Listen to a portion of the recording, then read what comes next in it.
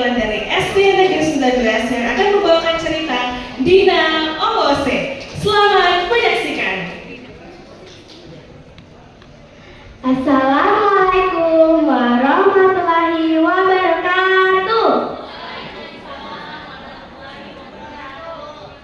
Yang terhormat para dewan juri dan yang saya hormati para guru dan teman-teman yang saya banggakan. Hai. Perkenalkan, nama saya Claudia Selin Pahayukan. Saya siswa kelas 4 dari SD Negeri 19 Kendari. Kali ini saya akan membawakan sebuah cerita yang berjudul Dina Ongose. Cerita ini ditulis oleh Lani Salama. Mau dengar ceritanya? Mau. Berikut ceritanya. Di sebuah desa di Kecamatan Sangkara, hiduplah seorang raksasa perempuan yang hidup sebatang kara. Tak seorang pun yang ingin berhubungan dengannya. Pada suatu hari, ketika raksasa perempuan sedang mencari ikan, tiba-tiba ia melihat seorang bayi dan mengambilnya dan membawanya pulang. Tak terasa, bayi itu sudah menjadi gadis yang sangat cantik dan diberi nama Anawaindina. Jauh dari tempat raksasa itu tinggal, hiduplah seorang pemuda yang gagah berani bernama Sioroku.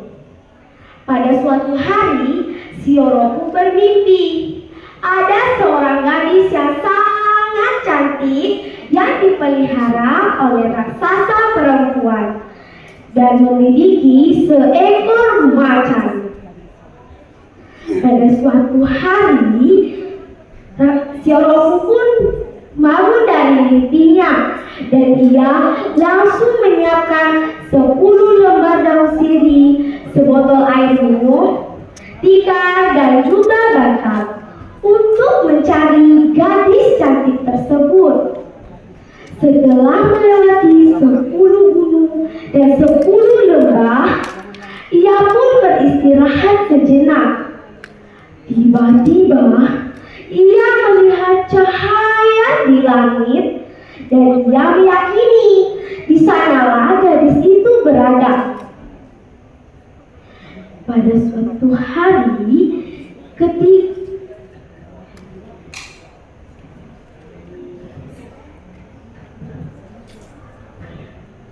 semakin dekat, cahaya itu sudah seperti lampu, obor, dan semakin besar. Dan ternyata cahaya itu berasal dari macan peliharaan raksasa perempuan. Kemudian ia pun berpikir bagaimana cara agar selamat dan bertemu gadis tersebut. Tak lama kemudian, Sioroku pun sampai di kediaman raksasa perempuan. Ia pun melihat macan yang sedang berjalan di bawah rumah. Ia pun langsung bersembunyi agar tidak terlihat dari macan tersebut. Kemudian Anawai pun melihat Sioroku yang sedang bersembunyi. Ia pun memanggilnya untuk naik ke atas agar tidak terlihat oleh raksasa perempuan. Gadis itu pun menancapkan pisau ke tiang rumah untuk tempat Sioroku bersembunyi. Tidak lama kemudian, raksasa perempuan pun datang dan berkata, seperti ada orang yang baru datang. Tak ada seorang pun yang datang, hanya kelambu tua itu yang habis saya cuci. Mungkin itu yang tercium olehmu, Nek, jawab Anawandi.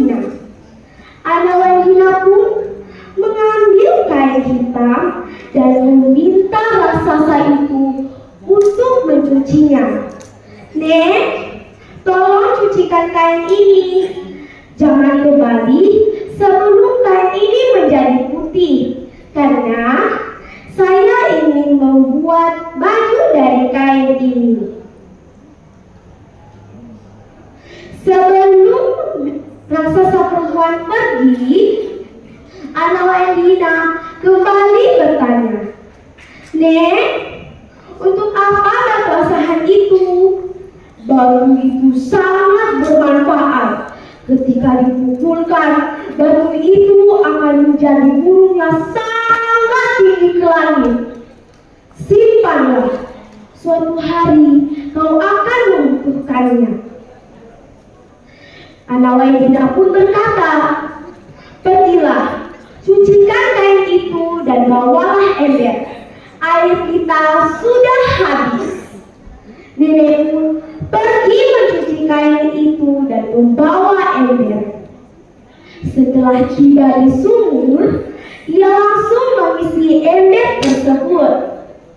Kemudian raksasa perempuan itu sangat kesal dan membuang ember tersebut seketika tahu bahwa ember yang dia bawa telah bocor.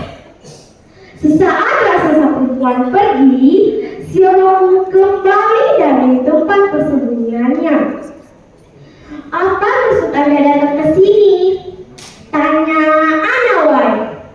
"Saya datang ke sini untuk menjemputmu.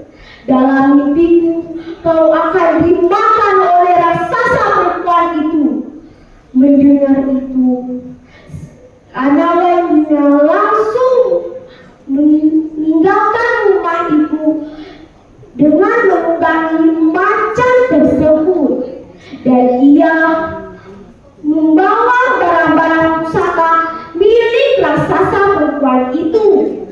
Tak lupa ia berpesan kepada kucing, "Jika raksasa menanyakannya, maka katakan ia berada di dalam rumah." Setelah 7 hari 7 malam, cucian raksasa pun telah menjadi putih. Kemudian ia pun pulang mencari Ana Waendina.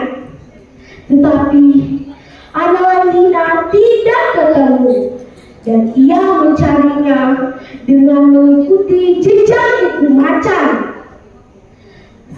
Ketika macan itu jatuh untuk kedua kalinya, raksasa itu melihat dan segera mengejarnya.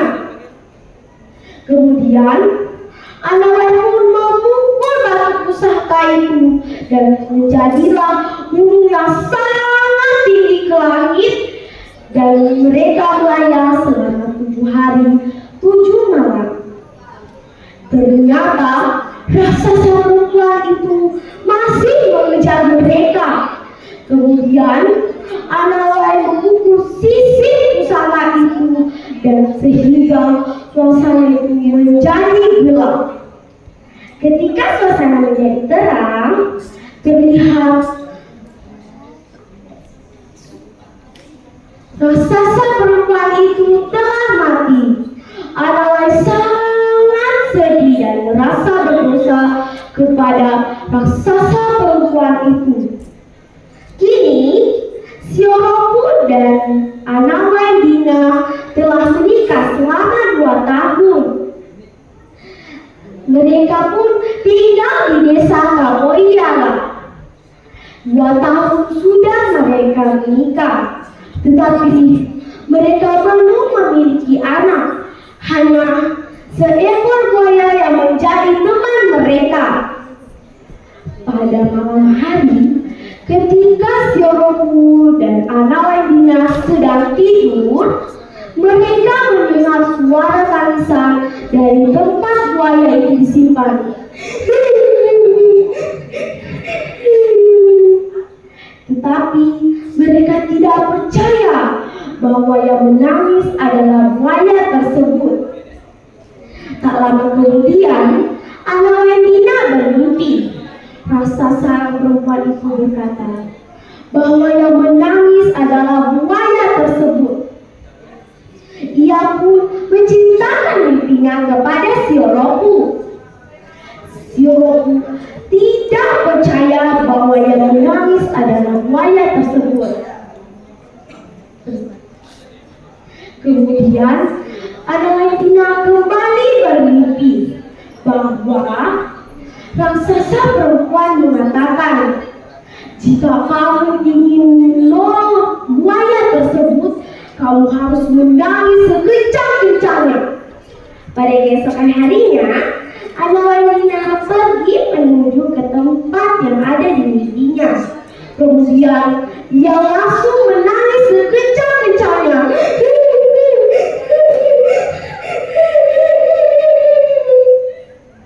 Kemudian tak ada perubahan. Analedina kembali dengan perasaan sedih, dengan mengingat neneknya, yaitu raksasa perempuan. Keesokan harinya, tepat di tempat raksasa Analedina itu menangis, tiba-tiba terbentuklah sungai yang sangat jernih. Kejadian itu disambut gembira oleh penduduk desa karena sudah bertahun-tahun desa itu mengalami kekeringan. Sampai kini sungai itu dipercaya sebagai air mata Analedina.